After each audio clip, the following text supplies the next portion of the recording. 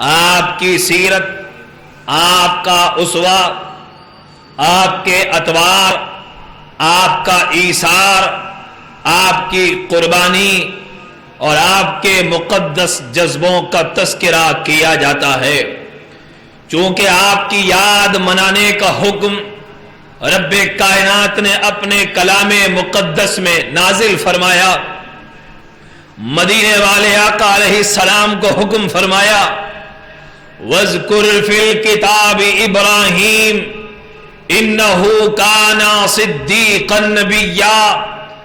اے میرے پیارے مصطفیٰ، اپنی کتاب میں ابراہیم کا ذکر کرو، ابراہیم کو یاد کرو، بے شک وہ بڑے سچے نبی تھے اور ہم نے ان کو بلند مرتبہ عطا فرمایا ہے، وَرَفَعْنَاهُ مَكَانًا عَلِيًّا، اور ہم نے ان کو بلند مرتبے سے، رفیع مقام سے ہم نے ان کو سرفراز فرمایا۔ اس لیے ابراہیم کا ذکر کرو، اپنی کتاب میں ابراہیم کو یاد کرو۔ سامعین محترم، علماء کرام فرماتے ہیں کہ حضرت ابراہیم خلیل اللہ علیہ السلام کے زمانے سے لے کر سید الانبیاء تاجدار کائنات صلی اللہ علیہ وسلم کے زمانے تک کا عرصہ کم و بیش 4500 برس کا عرصہ رہا ہے، اور اس زمانے میں تاریخ کو محفوظ کرنے کے ذرائع، ان واقعات اور ان احوال کو درج کرنے کے اسباب فراہم نہیں کیے جاتے تھے، یا وہ تاریخ مفقود ہو چکی ہے۔ باوجود اس کے وہ عظیم الشان صحیفہ جو قلب مصطفیٰ پر نازل کیا گیا، رسول پاک کے صدقے طفیل قیامت تک جس کتاب کو محفوظ کیا گیا، جسے ہم قرآن کہتے ہیں، تو ہمارا یہ عظیم الشان قرآن، جس میں کائنات کے سارے علوم سمو دیے گئے ہیں، یہ ایک عظیم الشان تاریخی کتاب کی بھی حیثیت رکھتا ہے، جو ہزاروں برس پرانی تاریخ اپنے سینے میں سمائے ہوئے ہیں اور تشنگان کو فیضیاب کر رہے ہیں۔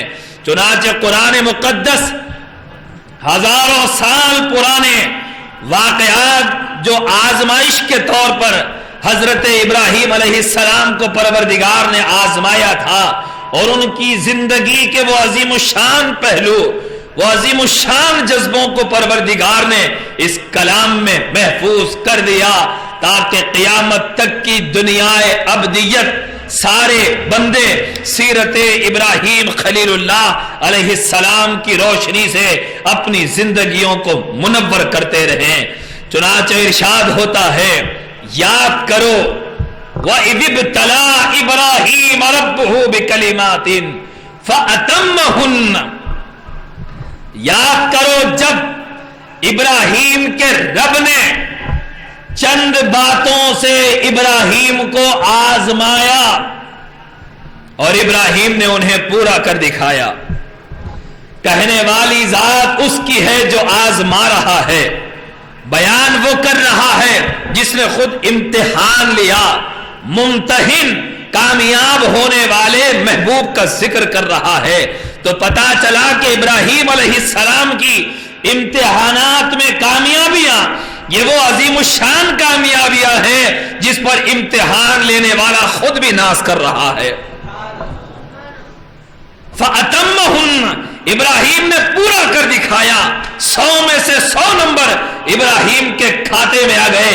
وَإِذِ ابْتَلَىٰ إِبْرَاهِيمَ رَبُّهُ بِكَلِمَاتٍ فَأَتَمَّهُنَّ، اور ایک طرف یہ کہا جا رہا ہے سچا نبی ہے، ہم نے بلند مرتبہ عطا فرمایا، اور ایک جگہ کہا جا رہا ہے میں نے ابراہیم کو آزمایا ہے۔ تو پتا کیا چلا، جو جتنے بلند مرتبے پر ہوتا ہے، جو اس کا جتنا محبوب ہوتا ہے، اسے پروردگار اتنا آزماتا ہے، پروردگار انہیں مشکلات میں، مصائب میں مبتلا کرتا ہے اور مزید قربتوں سے سرفراز کرتا ہے۔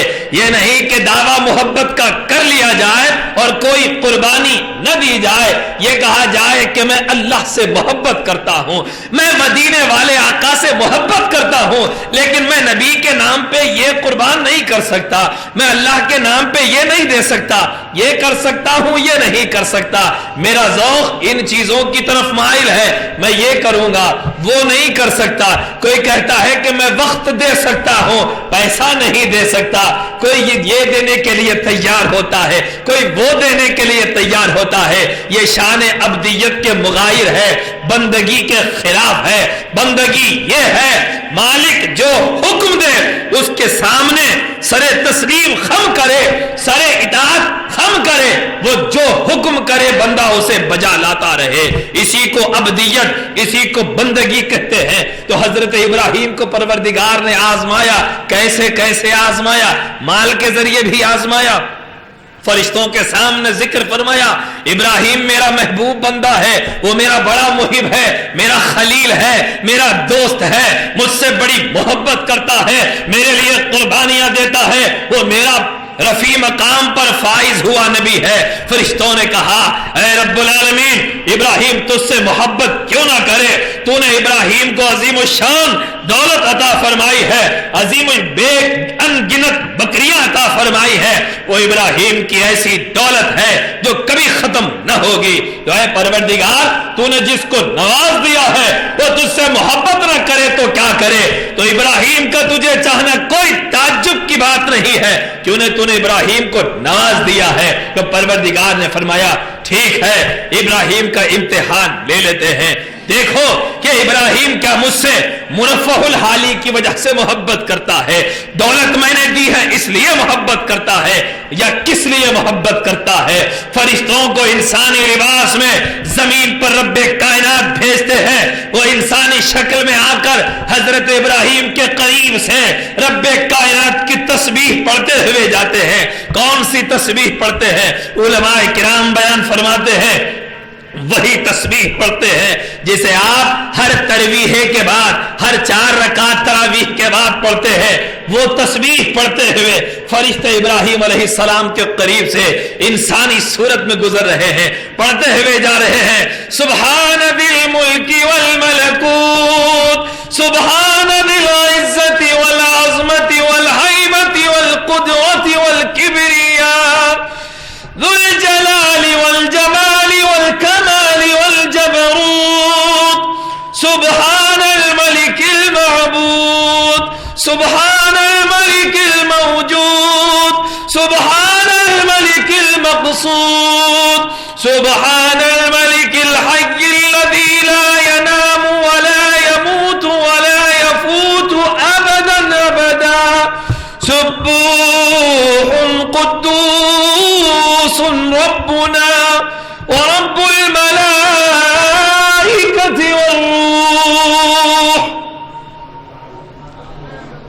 سماعت خلیل اللہ علیہ السلام سے یہ آواز ٹکراتی ہے، حضرت ابراہیم عظیم الشان بکریوں کا ریوڑ لے کر گزرتے گزرتے قدم جما کر کھڑے ہو گئے، اور اس آواز پر کلیجہ تڑپ اٹھا کہ کون ہے جو پردہ غیب میں چھپے ہوئے میرے مالک کی اتنی عظیم اور پیاری تسبیح پڑھ رہا ہے؟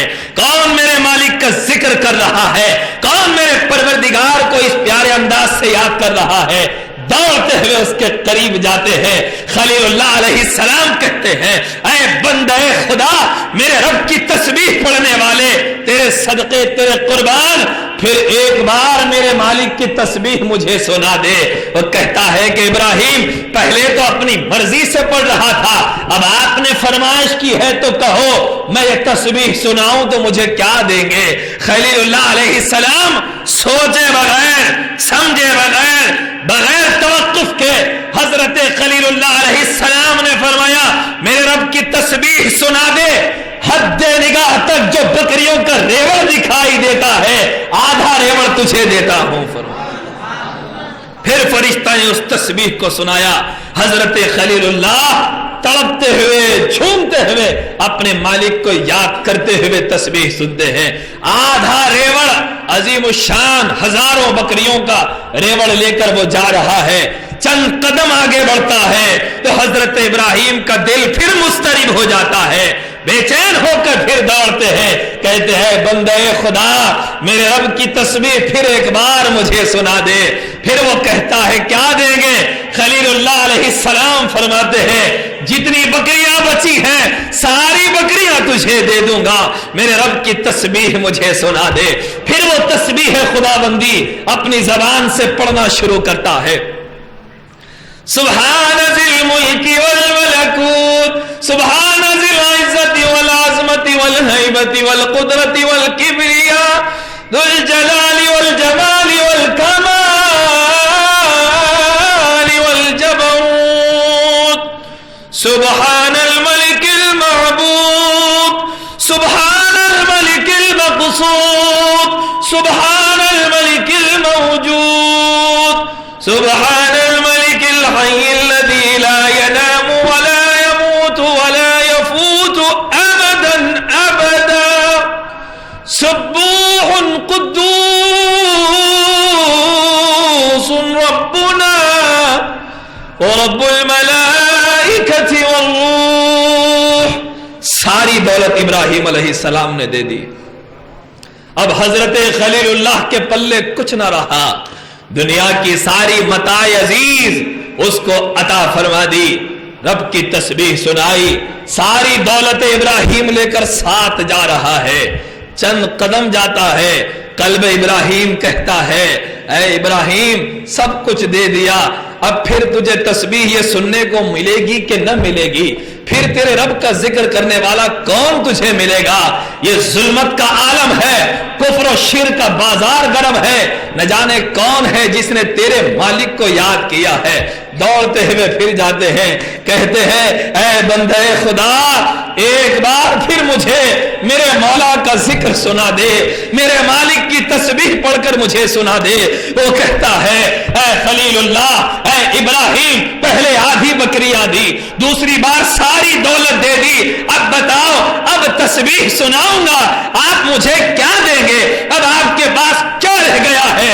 تو حضرت خلیل اللہ علیہ السلام بغیر سوچے سمجھے بغیر توقف کے کہتے ہیں ارے میرے مالک کا تسبیح سنا کر بدلہ مجھ سے مانگنے والے جو تھا سب تجھے دے دیا، اب ایک بار اگر تو مجھے تسبیح سنا دے تو زندگی بھر تیری بکریوں کا چرواہا بن جاؤں گا، ساری زندگی تیری خدمت میں لگا دوں گا، میرے رب کی تسبیح مجھے سنا دے۔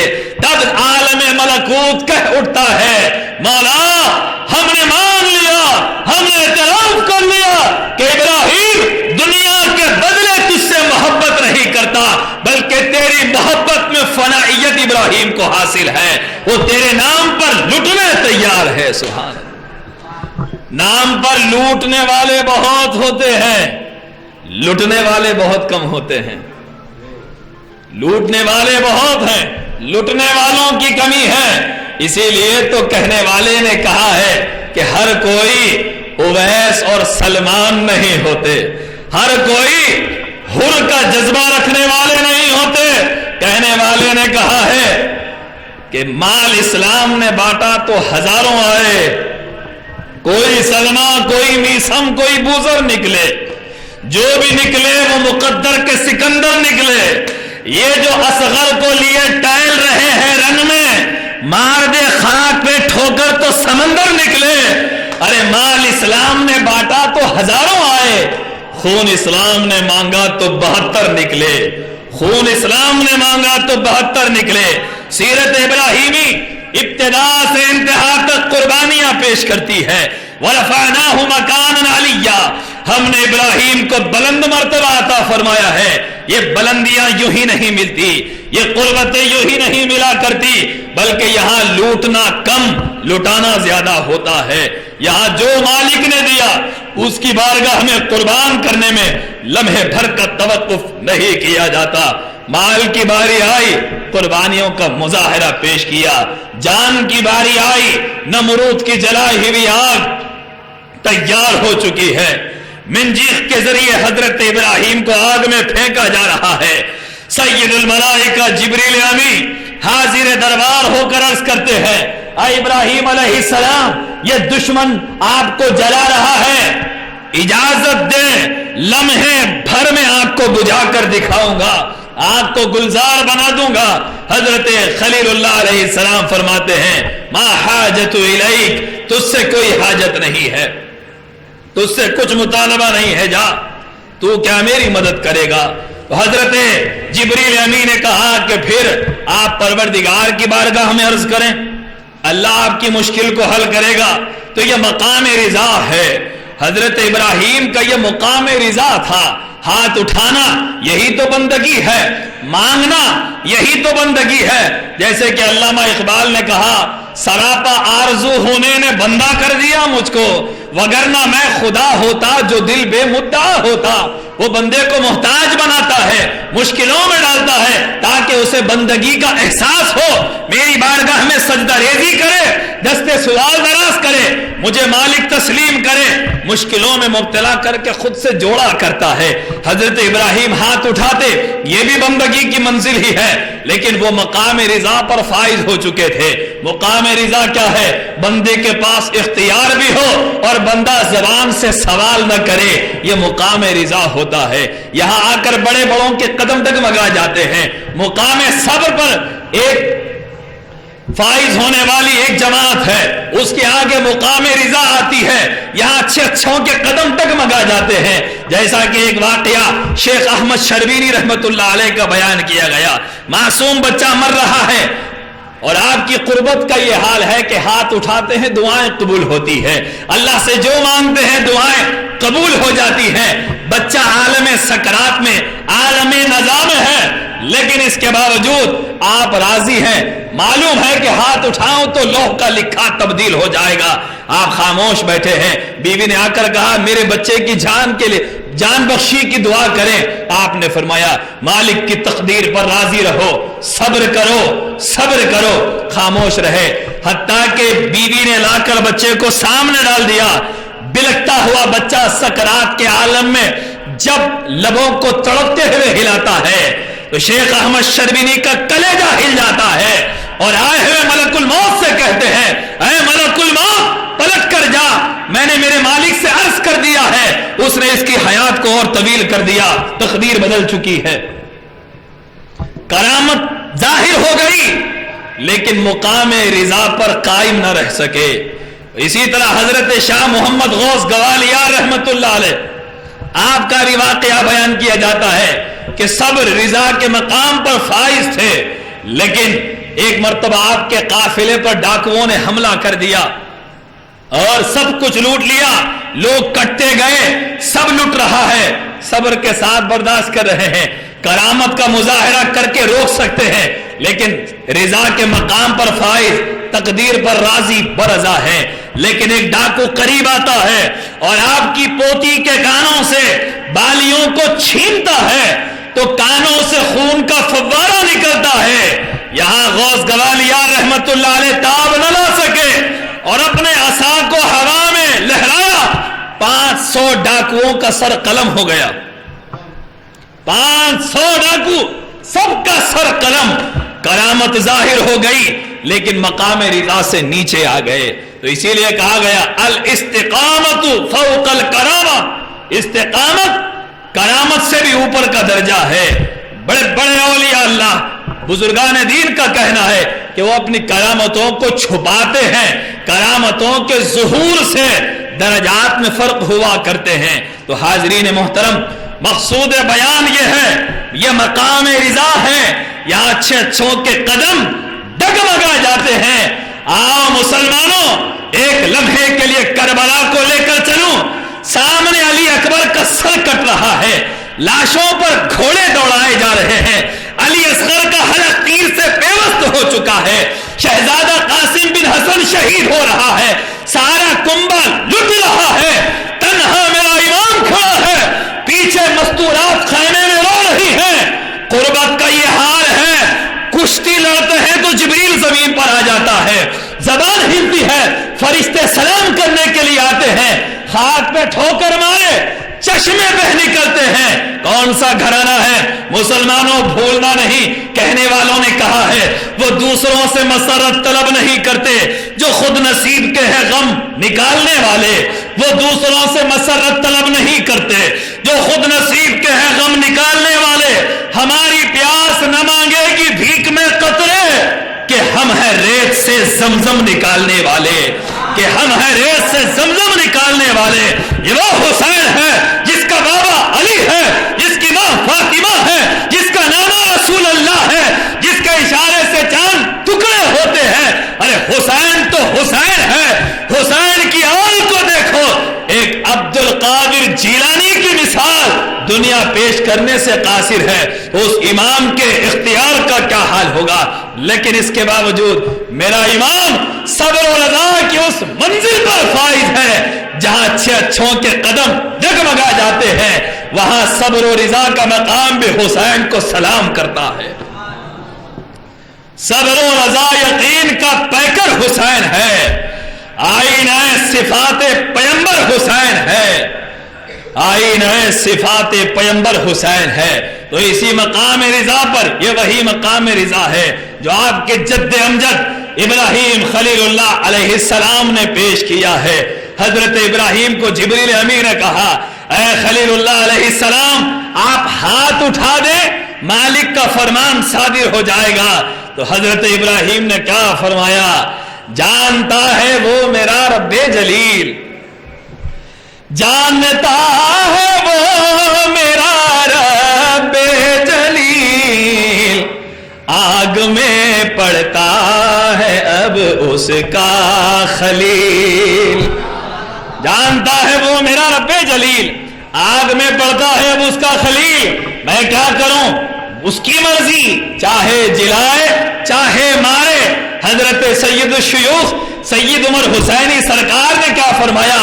مارے جلائے دل میں جو آئے کرے خلیل، مارے جلائے دل میں جو آئے کرے خلیل، مارے جلائے دل میں جو آئے کرے خلیل، راضی ہیں ہم اسی پہ جو مرضی خدا کی ہے، راضی ہیں ہم اسی پہ جو مرضی خدا کی ہے۔ ضمناً مقام رضا کی بات آئی تو یہ بھی واقعہ اپنے ذوق کے مطابق پیش کروں کہ حضرت خواجہ محبوب اللہ رحمت اللہ علیہ آپ کے برادر مکرم نے سید الشیوخ کو اپنا ایک بیٹا عطا فرمایا تھا پرورش کے لیے، پالنے کے لیے۔ اس وقت تک آپ کو اللہ نے شہزادے سے سرفراز نہیں فرمایا تھا، کچھ برس یا کچھ ماہ آپ کے پاس وہ شہزادے پرورش پاتے ہیں، کچھ عرصے کے بعد وہ بلندی سے گر کے نیچے شہید ہو جاتے ہیں، انتقال ہو جاتا ہے، تو آپ کا دل تڑپ اٹھتا ہے، اپنے برادر مکرم حضرت خواجہ محبوب اللہ علیہ الرحمہ سے عرض کرتے ہیں کہ سیدی ہمارا بچہ شہید ہو چکا ہے۔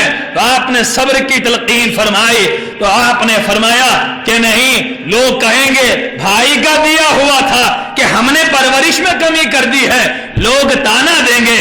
آپ کے برادر مکرم شیخ طریقت جلال میں آ کر قریب جاتے ہیں اور اس بچے کو ہلا کر کہتے ہیں اٹھو میاں، کچھ نہیں ہوا۔ مرا ہوا بچہ اٹھ کر بیٹھ جاتا ہے۔ ایک برس کے بعد پھر دوبارہ علیل ہو کر وہ وفات پاتے ہیں، تو پھر آپ نے جا کر کہا کہ پھر اللہ نے اسے بلا لیا ہے۔ حضرت خواجہ محبوب اللہ سرکار نے فرمایا کہ عمر میاں اللہ کی تقدیر پر راضی رہو، مالک کی مرضی پر راضی رہو۔ اب آپ نے شیخ کے حکم کے مطابق اپنے ارادے کو تبدیل فرمایا۔ تو یہ بزرگان دین، یہ کون سا گھرانہ ہے؟ یہ ہاشمی گھرانہ ہے، حسینی گھرانہ ہے۔ اس گھرانے کو وراثت میں، میراث میں صبر، رضا، ایثار، قربانیاں ملا کرتی ہیں۔ تو الغرض حضرت ابراہیم نے عرض کی، فرمایا کہ میرا مالک جانتا ہے اب مجھے آگ میں ڈالا جا رہا ہے، اب وہ جو چاہے کرے، اس کی مرضی۔ منجر سے آپ کو آگ میں پھینکا گیا، پروردگار نے حکم نازل فرمایا قُلْنَا يَا نَارُ كُونِي بَرْدًا وَسَلَامًا عَلَىٰ إِبْرَاهِيمَ۔ مالک نے فرمایا ہم نے کہا اے آگ ٹھنڈی ہو جا، اور ابراہیم کے لیے سلامتی والی آگ ہو جا۔ ٹھنڈی ہو جا میں یہ بھی حکمت ہے، ٹھنڈی اتنی نہ ہو جا کہیں ابراہیم کو سردی محسوس ہو۔ سلامن علی ابراہیم، ابراہیم کے لیے سلامتی والی آگ بن جا۔ حضرت ابراہیم آگ میں بیٹھے ہیں، ہر طرف گلزار ہی گلزار ہے، پھینکنے والے کو آگ نظر آ رہی ہے، باہر والوں کو آگ نظر آ رہی ہے۔ حضرت ابراہیم جان کی سلامتی کے ساتھ اندر آرام سے تشریف فرما ہے۔ اب دیکھیں رب کی مشیت دیکھیں، جلائی ہوئی نمرود کی ہے، جلائی ہوئی لکڑیاں سب کچھ نمرود کا ہے، لیکن حفاظت خلیل اللہ کی کر رہی ہے، چونکہ حضرت ابراہیم نے اپنے آپ کو مالک کے سپرد فرمایا۔ ابراہیم رب ابتلا ابراہیم ربہ بکلمات فاتمہن، حضرت ابراہیم ہر امتحان میں کامیاب رہے۔ پھر اس کے بعد امتحانوں کے بعد پروردگار نے ایک عظیم الشان خدمت لی پروردگار نے لے کر فرمایا کہ جا پہلے کون سی خدمت؟ شہر مکہ کو آباد کرنے کی، اپنی ذریت، اپنی اولاد، اپنا گھرانہ وہاں بسایا اور رب سے دعا کی۔ وَإِذْ قَالَ إِبْرَاهِيمُ رَبِّ اجْعَلْ هَذَا بَلَدًا آمِنًا وَارْزُقْ أَهْلَهُ مِنَ الثَّمَرَاتِ مَنْ آمَنَ مِنْهُمْ بِاللَّهِ وَالْيَوْمِ الْآخِرِ۔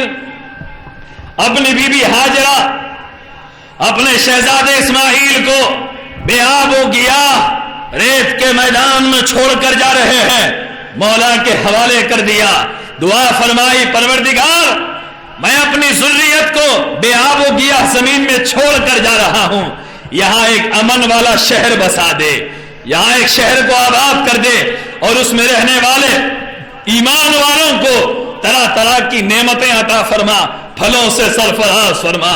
شہر آباد ہو گیا، وہاں پر اللہ نے اپنے گھر کی جو بنیادیں رکھی ہوئی تھی، جو حضرت آدم علیہ السلام کی گزارش پر ایک گھر تعمیر کیا گیا تھا، حضرت آدم نے آسمانوں پر بیت المعمور دیکھا تھا کہ فرشتے اس کا طواف کرتے ہیں، اللہ کی عبادت اس گھر کے سامنے کرتے ہیں۔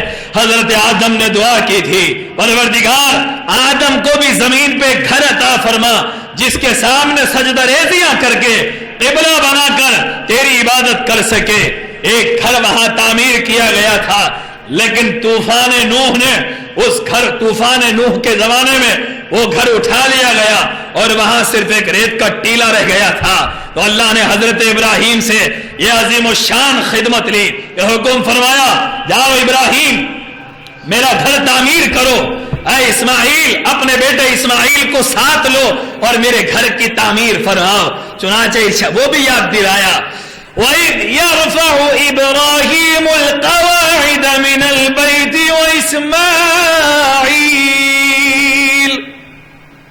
یاد کرو جب ابراہیم اور اسماعیل اس گھر کی بنیادوں کو بلند کر رہے تھے، یرفع بلند کر رہے تھے، مطلب بنیادیں تھی، ان بنیادوں کو بلند کر رہے تھے۔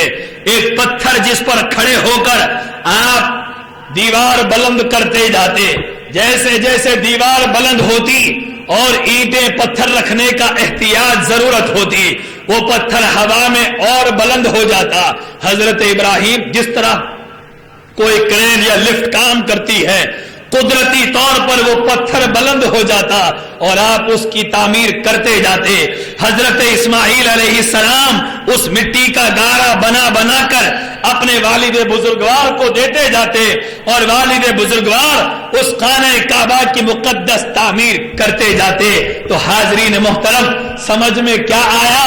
اللہ کا گھر وہ عظمت والا گھر ہوتا ہے، خانہ خداوندی کی عظمت کا یہ حال ہوتا ہے کہ اس کی خدمت اللہ انہی سے لیتا ہے جن بندوں کو وہ پسند فرماتا ہے۔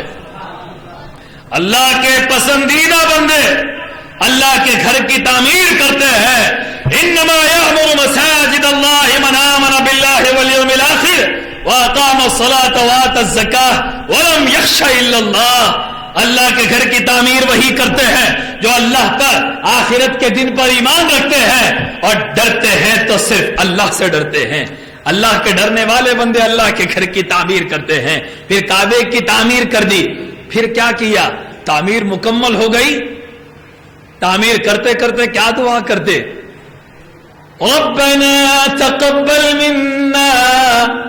اللہ اکبر. کعبہ مقدس کی تعمیر ہو رہی ہے، اس گھر کی تعمیر ہو رہی ہے جو عبادت کے لیے دنیا میں اللہ کی عبادت کے لیے سب سے پہلا بنایا ہوا گھر ہے، عالمین کی ہدایت کا مرکز ہے. فیہ آیات بینات مقام ابراہیم، اس میں اللہ کی نشانیاں بھی ہیں. اس گھر کی عظمت کا یہ حال ہے. ومن دخلہ کان آمنا، اللہ نے فرمایا جو اس گھر میں داخل ہوا وہ عذاب سے امن پا گیا، امن پا گیا، محفوظ ہو گیا. کان آمنا من النار، اس کی تفسیر میں روح البیان میں آیا ومن دخلہ کان آمنا من النار، جو بھی اس گھر میں داخل ہوا وہ دوزخ کی آگ سے محفوظ ہو گیا. اس گھر کی عظمت کا یہ حال ہے. ہر روز 120 رحمتیں وہاں نازل ہوتی ہیں. 60 رحمتیں طواف کرنے والوں کے لیے، 40 رحمتیں نماز پڑھنے والوں کے لیے، 20 رحمتیں صرف اس گھر کے دیکھنے والوں کے لیے. اس گھر کی عظمت کا یہ حال ہے کہ پہلی نگاہ جب اس گھر پر پڑے، ہاتھ اٹھا کر بندہ جو مانگے پروردگار اسے عطا فرما دیتا ہے. اس گھر میں حجر اسود جنت کا پتھر ہے، اس گھر میں ملتزم ہے، وہاں جو دعائیں کی جاتی ہے اللہ قبول فرما لیتا ہے. اور کعبے کی عظمت کیا بیان کروں؟ حدیث پاک میں آتا ہے بروز قیامت جب قیامت قائم ہوگی پروردگار خانہ کعبہ کو آسمانوں پر اٹھائیں گے اس شان کے ساتھ کہ جن بندوں نے اس گھر کا حج کیا ہے وہ تمام حاجی کعبے کے غلاف سے لٹکے ہوں گے اور کعبہ جنت میں جائے گا تو اس کا حج کرنے والے بھی جنت میں چلے جائیں گے. وہ عظیم الشان گھر تعمیر کیا کرنے کے بعد اب بارگاہ خدا بندی میں اپنی جبین بندگی جھکانے کا حال دیکھیں.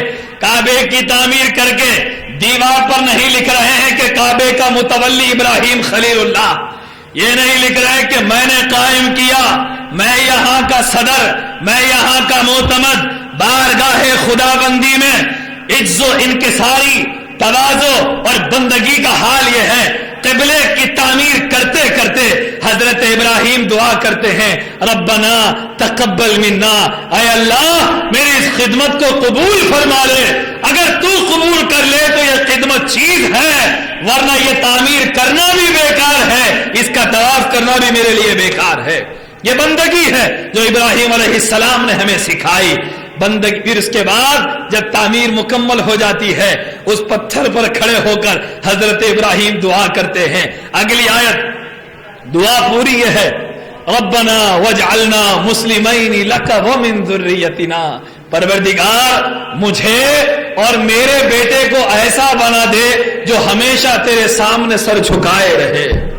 مسلمین لک، تو جو حکم دے ہم اسے بجا لاتے رہیں، ہمیں یہ شان عطا فرما. ومن ذریتنا امتا مسلمتا لک، ہماری اولاد میں ایک امت، ایک جماعت ہمیشہ ایسی رکھنا جو تیری بارگاہ میں جھکی رہے، تیرے احکامات کے آگے سر تسلیم خم کرتے رہے. انکا انت السمیع العلیم وارنا مناسکنا وتب علینا، ہمیں اس کے مناسک سکھا دے. وتب علینا، ہماری توبہ کو قبول فرما. اللہ اکبر. اللہ کا سچا نبی بلند مرتبے پر رہ کر بھی توبہ کر رہا ہے. وتب علینا، مولا میری توبہ قبول فرما. ہم نے پوچھا اے خلیل اللہ علیہ السلام آپ نے کون سا گناہ کیا تھا؟ معاذ اللہ آپ سے کون سی خطا سرزد ہوئی ہے کہ آپ توبہ کر رہے ہیں؟ تو مقام ابراہیم کہتا ہے کہ اے بندے، جسے خدا کا جتنا قرب ملتا ہے وہ اپنے خدا کی بارگاہ میں اتنا ہی استغفار کیا کرتا ہے. مدینے والے آقا نے فرمایا استغفر اللہ فإنی استغفر اللہ فی کل یوم 70 مرتن. لوگو استغفار کرو، اللہ سے بخشش مانگتے رہو، چونکہ میں خود دن میں 70 بار اللہ سے معافی مانگتا ہوں. استغفار کرتے رہنا انبیاء کی سنت ہے، اللہ سے معافی مانگتے رہنا. کیوں؟ کیوں کیا گیا؟ کیونکہ شیطان کا ایک بہت بڑا ہتھیار یہ ہے، صوفیاء کرام فرماتے ہیں کہ اگر بندہ تھوڑے دن بھی ذرا دینی حلیہ بنا کر نماز کی پابندی کر لے، ذرا پیشانی پر سجدے کا نشان آ جائے، آ کر عزازیل کہتا ہے ارے بھائی آپ کی تو نمازوں میں کیفیت آ گئی ہے، اب تو تھوڑے دن میں آپ ولی بن جائیں گے، اب تو تھوڑے دن میں آپ کو یہ مقام مل جائے گا، آپ تو بڑے نیک ہو گئے، توبہ کر لیے، پہلے کے گناہ وہ بھول جاؤ بھائی، پہلے کے گناہ تو ہے اتنے آپ کے، وہ تو اللہ میٹ دیا ہوگا، اب تو آپ اب کیا ہے استغفار ہے، اب بس اللہ اللہ کرو، عبادت کرو، بلندیاں حاصل کرتے رہو۔ تو انبیاء کرام علیہم السلام ہم کو اللہ کی بارگاہ میں استغفار کی تعلیم دیتے ہیں۔ حضور نے فرمایا روزانہ استغفار کرو، میں خود روزانہ 70 مرتبہ، ایک روایت میں 100 مرتبہ کی روایت آئی ہے، 100 بار میں خود اللہ سے بخشش طلب کرتا ہوں۔ اللہ وتب علینا انک انت التواب الرحیم، اے اللہ ابراہیم و اسماعیل اور ہماری اولاد کو بخش دے، آپ بہت توبہ قبول فرمانے والے ہیں، آپ بے پناہ رحم فرمانے والے ہیں۔ پھر اس کے بعد دعا کیا کرتے ہیں؟ اللہ اکبر، ربنا وابعث فيهم رسولا منهم يتلو عليهم آياته ويزكيهم ويعلمهم الكتاب والحكمة۔ اے رب العالمین، اس شہر میں اس نبی کو بھیجنا جو نبی تیری آیتیں پڑھ پڑھ کے سنائے گا، ان کے دلوں کو پاک کرے گا اور ان کو کتاب اور حکمت کی تعلیم دیتا رہے گا۔ وہ کون نبی ہے؟ نبی آخر الزمان محمد الرسول اللہ صلی اللہ علیہ وآلہ وسلم کی دعا مانگی جا رہی ہے۔ حاضرین محترم، جب خدمت بڑی ہوتی ہے تو نعمت بھی بڑی مانگی جاتی ہے۔ حضرت ابراہیم نے کعبے کی تعمیر بجا لائی، معلوم تھا اب یہ وہ خدمت اللہ نے لے لی ہے کہ قیامت تک اس سنت کو باقی رکھا جائے گا، قیامت تک اس کا طواف کیا جائے گا، اب نعمت بھی ویسی ہی مانگوں گا۔ کون سی نعمت مانگی؟ حضرت ابراہیم اس بزو میں کھڑے تھے، عالم ارواح میں اللہ نے سارے نبیوں سے قسم لی تھی، عہد لیا تھا، اقرار لیا تھا کہ اے نبیوں تم دنیا میں جاؤ گے، اگر میرا مصطفیٰ محمد صلی اللہ علیہ وسلم جو تم سب کا سردار ہے اگر وہ آ جائے تو تمہیں بھی ان کا کلمہ پڑھنا ہے، ان کے دین کی خدمت کرنا ہے، ان پر تمہیں بھی ایمان لانا ہے۔ سب نبیوں نے شان مصطفیٰ کو دیکھ رکھا تھا۔ حضرت ابراہیم جب کعبے کی تعمیر مکمل کرتے ہیں، دعا کرتے ہیں کہ مولا اگر تو نے اس خدمت کو قبول کر لیا ہے تو میری اولاد میں جو اس شہر میں بسنے والی ہے، میری نسل سے نبیوں کے سردار محمد الرسول اللہ کو پیدا کر دینا، ان کے ذریعے مجھے جد مصطفیٰ کہا جائے، ان کے ذریعے قیامت تک میرا ذکر باقی رہے۔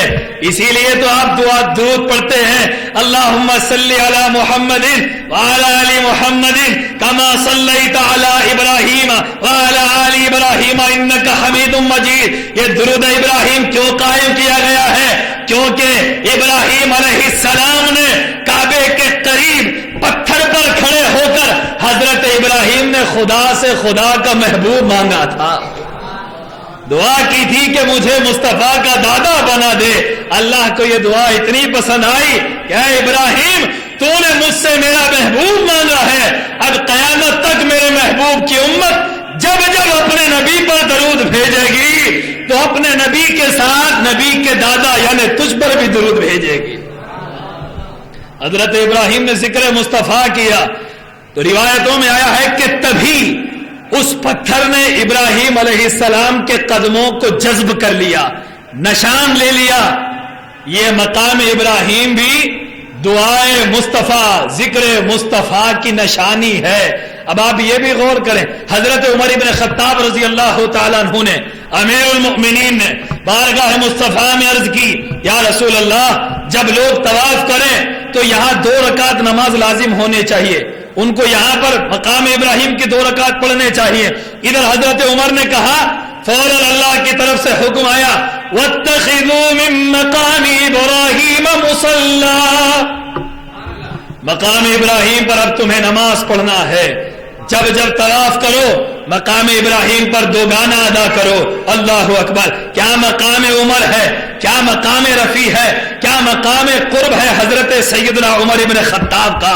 اسی لیے میرے نبی نے فرمایا لو کان بعدی نبی لکان عمر، اگر میرے بعد کوئی نبی ہوتا تو وہ شان عمر کی ہے، وہ نبی ہوتا۔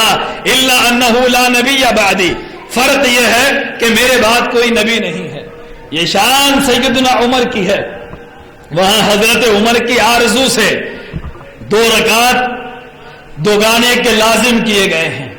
اب یہاں پر میں ایک بات اور بتاؤں، یہ شان حضرت عمر کی ہے کہ اگر کوئی نبی ہوتے حضور کے بعد تو حضرت عمر ہوتے۔ حضرت عمر میں نبوت کے کوالٹیز تھے، اسی لیے حضور نے بیان فرمایا، لیکن نبوت کا دروازہ بند تھا، حضور نے بند کر دیا، خاتم النبیین کی مہر لگا دی۔ ما كان محمد ابا احد من رجالكم ولكن رسول الله وخاتم النبیین، خاتم النبیین بن کر مہر لگا دیتے ہیں۔ لیکن حاضرین محترم، حضور نے ایک اور کی شان بیان کی ہے نبوت کی کوالٹیز کے ساتھ، اور ارشاد فرمایا کہ تیری نسبت میرے ساتھ وہی ہے جو ہارون کے ساتھ موسیٰ کی تھی، فرق اتنا ہے کہ میرے بعد کوئی نبی نہیں ہے۔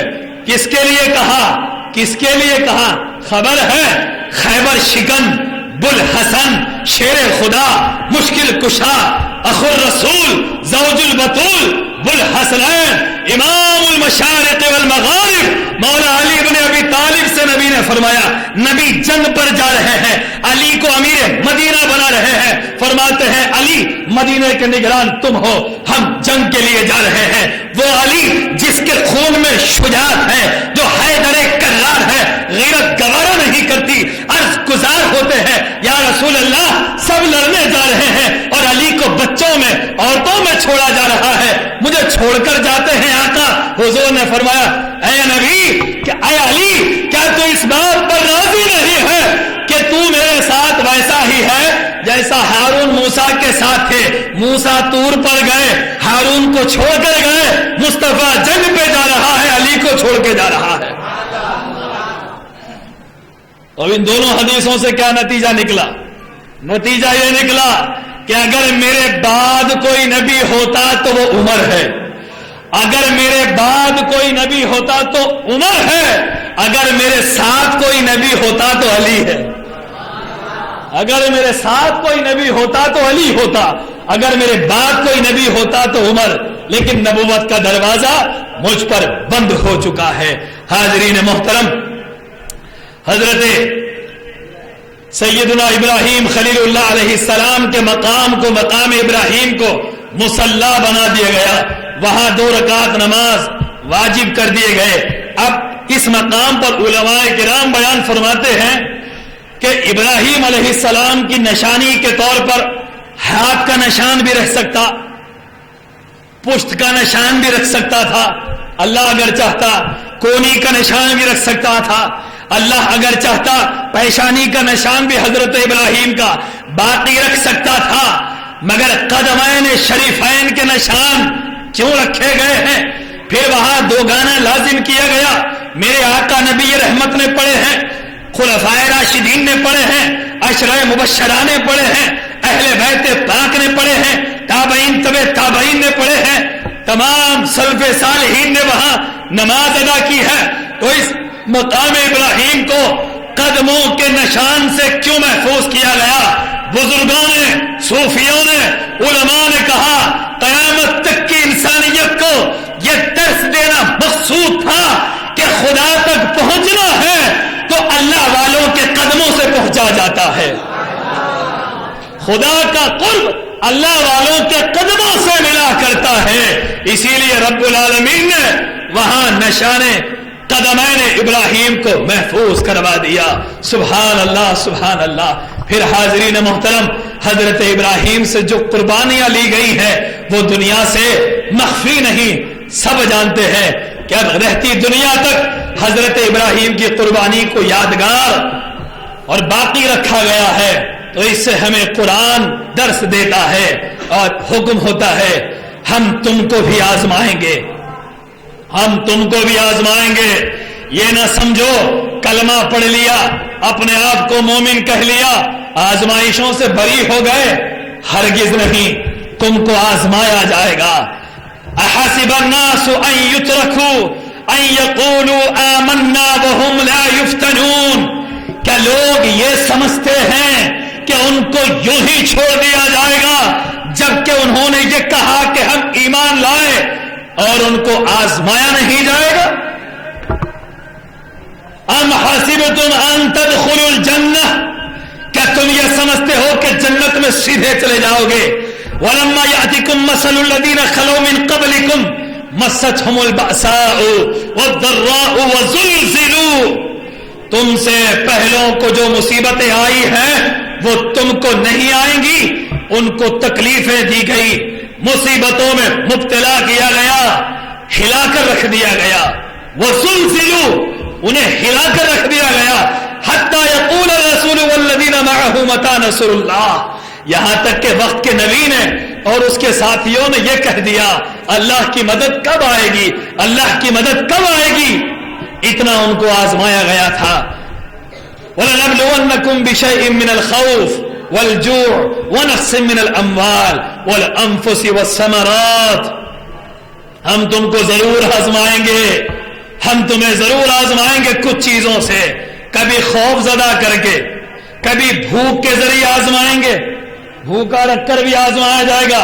آج ہمارے شہر کی تہذیب مٹ چکی ہے، جو ہم حالات دیکھ رہے ہیں، کھانے کے لیے عزتیں گوائی جا رہی ہیں، دعوت دینے والا آ کر کہتا بھی نہیں ہے آئیے، 10 منٹ پہلے سے انتظار میں بے شرمی کے ساتھ ہم کھڑے ہو جاتے ہیں، دستر تیار نہیں ہوتا ہم جا کر بیٹھ جاتے ہیں۔ یہ ساری چیزیں صبر کے مغائر ہیں، ہمیں تلقین کی جا رہی ہے، خوف کے ذریعے، بھوک کے ذریعے، مال میں نقصان کر کے آزمائیں گے، اور اولاد کے ذریعے، والثمرات، پھلوں کے ذریعے نعمتوں کی کمی کر کے تمہیں آزمایا جائے گا۔ کیا کرنا ہے؟ وبشر الصابرین، وبشر الصابرین، خوشخبری صبر کرنے والوں کے لیے ہے، خوشخبری صبر کرنے والوں کے لیے ہے، جو صبر کرے گا اس کے لیے بشارت اور خوشخبری ہے۔ تو حضرت ابراہیم علیہ السلام کی زندگی صبر اور رضا کی ہمیں تلقین کرتی ہے۔ اللہ کی بارگاہ میں ہم دعا گو ہیں کہ مولا تعالی ہمیں زندگی کے ہر موڑ پر صبر کے ساتھ ہر معاملے کو پروردگار ہمیں حل کرنے کی توفیق عطا فرمائے، ہمیں رسول مکرم صلی اللہ علیہ وآلہ وسلم کا سچا غلام، سچا امتی بنائے، ہمیں حسینی مسلمان بنائے، ہمیں خلفائے راشدین کا اسوہ نصیب فرمائے، اہل بیت پاک کا ایثار نصیب فرما، زندگی دے اسلام پر، موت دے ایمان پر، وقت نزا میرے آقا نبی رحمت کا دیدار نصیب فرما۔ وآخر دعوانا الحمدللہ رب العالمین۔